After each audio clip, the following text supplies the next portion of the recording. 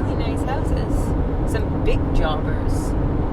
So it's 600 odd acres of forest, and it's a former plant nursery that was set up in the 20s, and I think 1996-ish is when it became a reserve.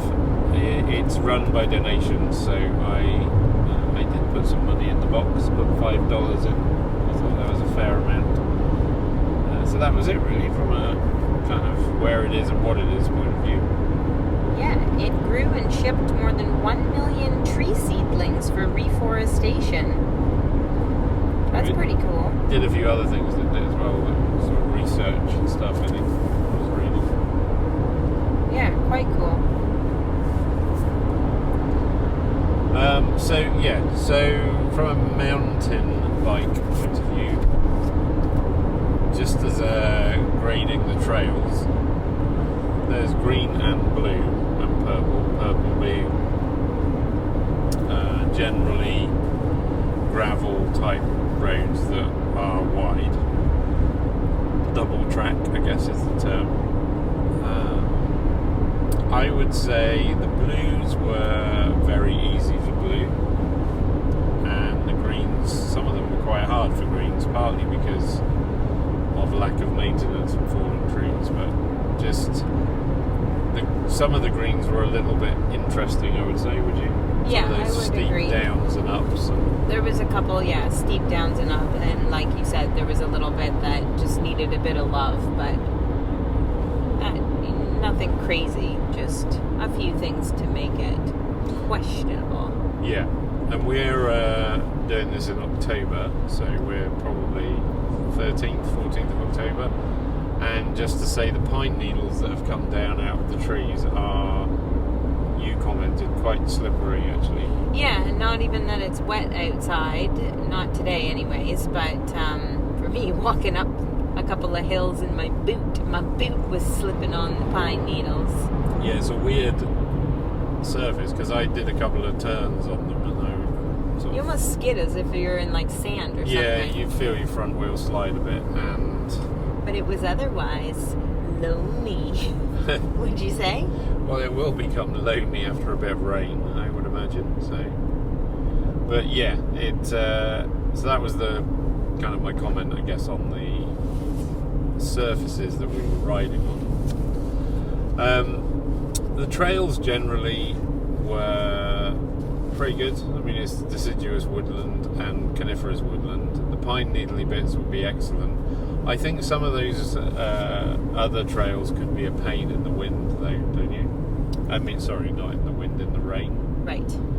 I think some of that mud could get really muddy really quickly. Some trees down, which I don't think they're going to do anything with. They'll just rot, and then eventually you'll be able to ride over them.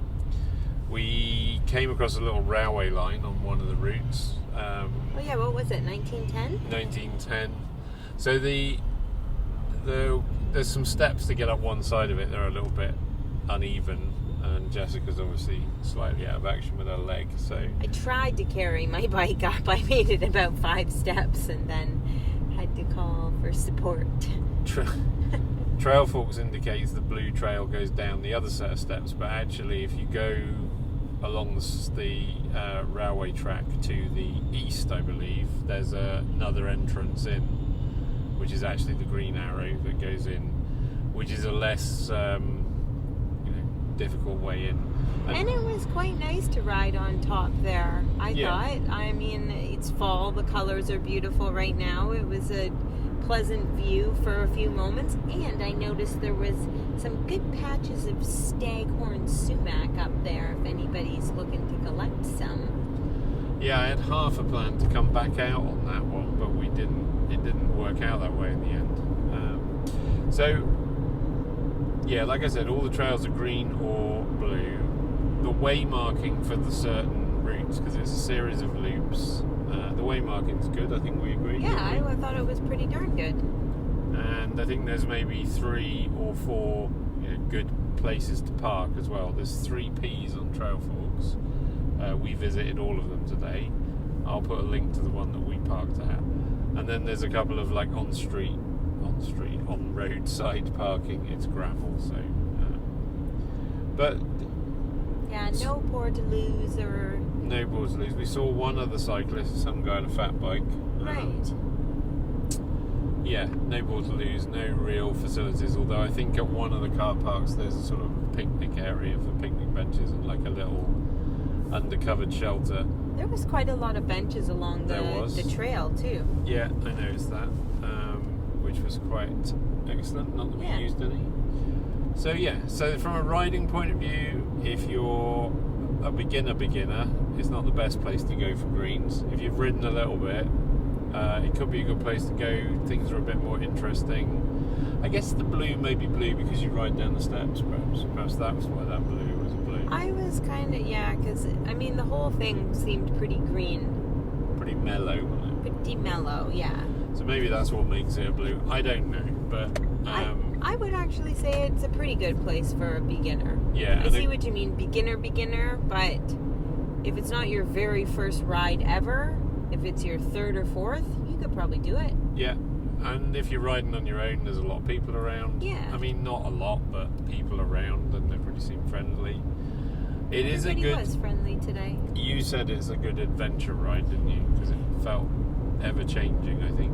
Yeah, I mean, if you're looking to, like, clock some kilometers and get your heart rate up, or, just do something, like, challenging and that you really need to focus your brain on, it may not be the place.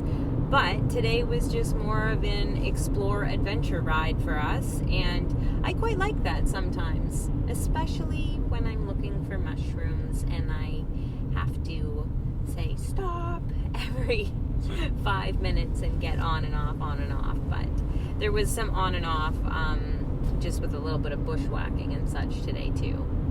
I do think if you were up in the Peterborough-Ganaraska area, though, if you rode Ganaraska, Peterborough town that has its own trails now, there's the other place which is I can't remember the name. Northumberland, and then this one. Like, if you've had a couple of days of riding, this could be a good one to do at the end, or it could be a good one to do at the start.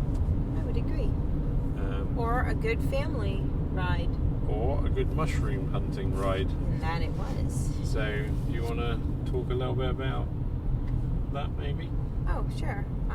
Nothing else to add on the trails or at this moment? I don't think so. One thing that we will actually talk about, because this was a bit of a treat today, unexpected. I mean, it wasn't on our radar, although maybe we just should have known. Is it Wilmot Creek? Is that the little river creek that runs through? Yeah. So we got to see the salmon running today. We did. And I reckon that's why there was so many people out. Not that it was overly busy, but like we said, we saw quite a few other humans. And I bet that is what brought a lot of people there today, was to come and take a look at all of the salmon. They're the Atlantic salmon, right? I think that's what the sign said anyway. Are they Atlantic? I believe so, yeah. All I know is that they come from the lake. Yeah. I know nothing about the Atlantic. So I think they spawn in the river, they go to the lake, they eventually get to the Atlantic, they go and do whatever they do, and then they come back. I wonder what they do in the Atlantic. They just cruise about, I guess. But there was a lot of them, wasn't there? There was a lot of them, and some seriously big jobbers. Whoa. So we learned a few things about some salmon today. Just about some of the older ones. I didn't know that the ones that have a white stripe on the top of their back, that apparently that part is already like dying or decaying. Yeah, they've reached the end of the road. Yeah, and I mean, you could tell that they're the older gentlemen. And ladies. Or ladies. But I didn't know that white strip was actually like already dead or dying. And actually we did see quite a few deceased today. We did, further up, didn't we, the river we got. Yeah. And then there's some like perfect specimens, younger ones. Which Young whippersnappers. apparently they sometimes come up the river and then they go back again. So hopefully they're all a bit of rain and they'll cruise back down with a bit of luck back into the lake. So. Yeah, so that was quite a treat to ride along and have many sightings of the salmons trying to scurry their way up. Yeah, it did smell a bit fishy in a few spots. It did. Well, I guess that was the deceased. I had hoped that we would see maybe a bear or something coming out for some snacks. Yeah, I don't know. We need to look that up. How far south black bears come? I thought it was Barry, but I might be wrong. But I don't know. We need to check that out. Well, they're missing out on some. They are, although maybe they don't fancy the acrid rotting salmon. Well, then go for the youngsters. That's true. Like you said, you catch them when they're on those sandbars. Yeah, hanging out. Hanging out. So that was a bit of a side adventure or sighting today that I did not expect. No, I have no idea. And side note, I have a very large, very irrational phobia of fish. So it's pretty thrilling for me because even though I'm not even in the water, it still kind of scares me. They're like small sharks. Yeah, they do look a bit creepy, don't they? They are evil when looking. those black, when they go that dark colour when they're and their on little snouty snout. Looks like they got a snaggle tooth or something. Okay, enough about the salmon. So, down to business here and fungi. Mushroom business. Yes, we were quite successful today and came back with a backpack full of like several different kinds of mushrooms actually. So we collected quite a few elm oysters today. I will give it a go to say the Latin name. There's the first word starts with an H. I'm not even going to attempt it, but this variety is H. ulmarius. Anyways, so elm oysters, yes, generally grow on elm trees or box elders. And generally they grow out of like a wound on the tree. So this is a mushroom you want to look up for, not down. And in fact, we were looking on one tree that we collected 2 from, and then started to look up and around a little bit further, and then suddenly we had like half a dozen. And Jamie had some pretty sweet moves as to how to get some of the ones that were way high up in the tree. They'll be on our YouTube channel. Oh yeah, I took a video. Yeah. How to get high up elm oysters. A bit of personal experience of collecting elm oysters. It is worth walking around the tree because I've definitely picked them one side and then found them on the other as well. So definitely, and there I've can probably missed a few over the months by not looking all the way around. So elm oysters they're usually white, maybe a light tan could be. They have a pretty robust stem.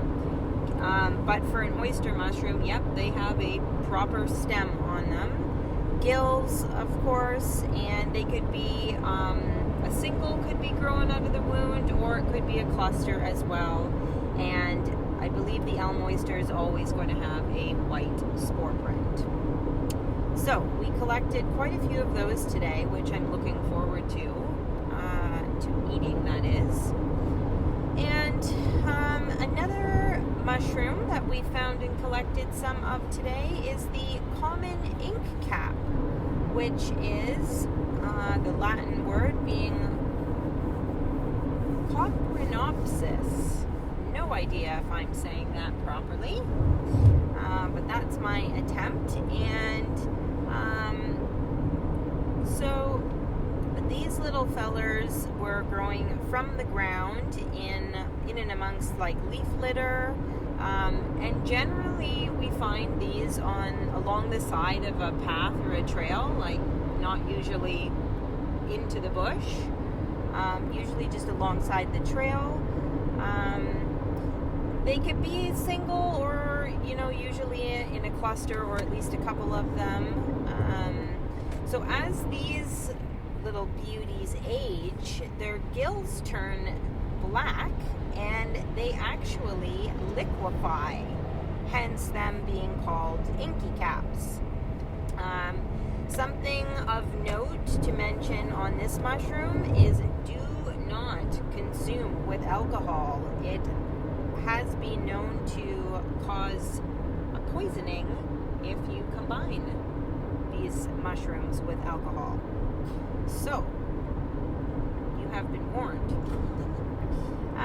We did find and collect a little bit of the resinous polypores today.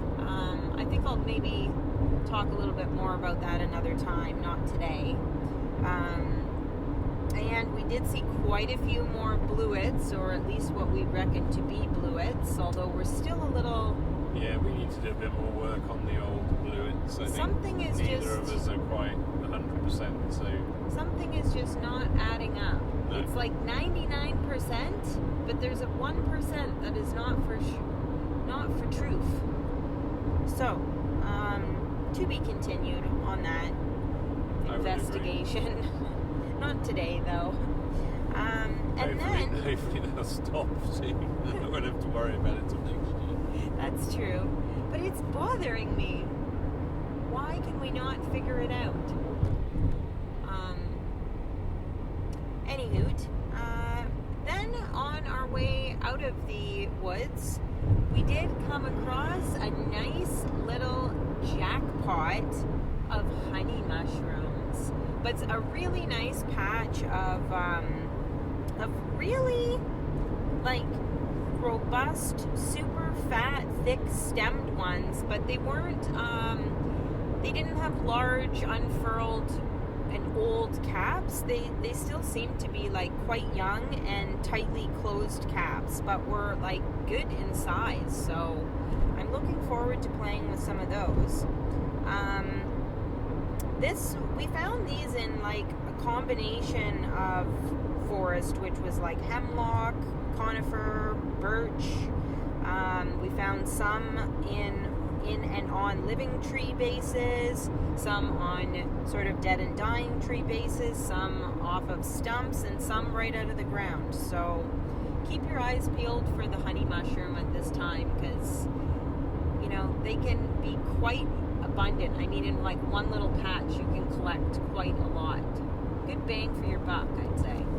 Yeah, and I think you've got more enthusiastic about them, haven't you? So after you learned a little more and preserved a few, and with great success, yeah. Delicious success, might I say? Yeah, so they're a good one to identify and have a crack at, I think. Yeah, and I think I did already talk a little bit about the honey mushroom, so I might just leave it at that for today. Yeah. I'll give it one stab to try and pronounce the Latin name for the honey mushroom. Yeah. Armillaria. Like malaria. With arm in front of it. Armillaria. There you go.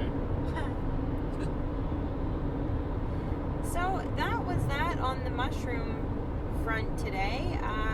Like I said, we've got a couple of bags full, so probably, if we want more than enough mushrooms for the week. Yeah, for sure. There were some good apples as well you spotted. Yes, there was a really nice apple tree that still had some really nice large-sized apples higher up. And again, Jamie did some sweet moves with some long branches and dead sticks. And yeah, we sat and enjoyed one looking at the salmon, and then just took a couple for the road. And I also did spot some autumn olive berries out there today, but I had just collected a good little basket last weekend, so I left those for someone else today. And I think we did quite well on the weather again today. It drizzled a bit this morning, but we've had nothing but dry and half sunny, half overcast kind of day. Yeah, I would agree. weather forecast rolling into the weekend was grim, but it's actually been pleasant today. Yeah. Better than they said, eh? Better than they said. Yeah, so don't always believe them. No. Anything else we need to cover? I'll just say that it's been, nice to get out and just look at some of the different colors that the leaves are turning and have gotten to. It's quite a treat for my eyeballs. Just a side note I want to add is that we have a YouTube channel, and what I'm going to do is edit some footage from today, which will be a bit of mushroom, a bit of riding, a bit of rivers flowing, possibly a salmon. And I'll create like a little movie thing to go along with the voices that you've got from the podcast. So, but yeah, if you go to our website, you'll be able to find the YouTube channel. But we'll probably start doing that depending on what feedback we get. So there's nothing else to say apart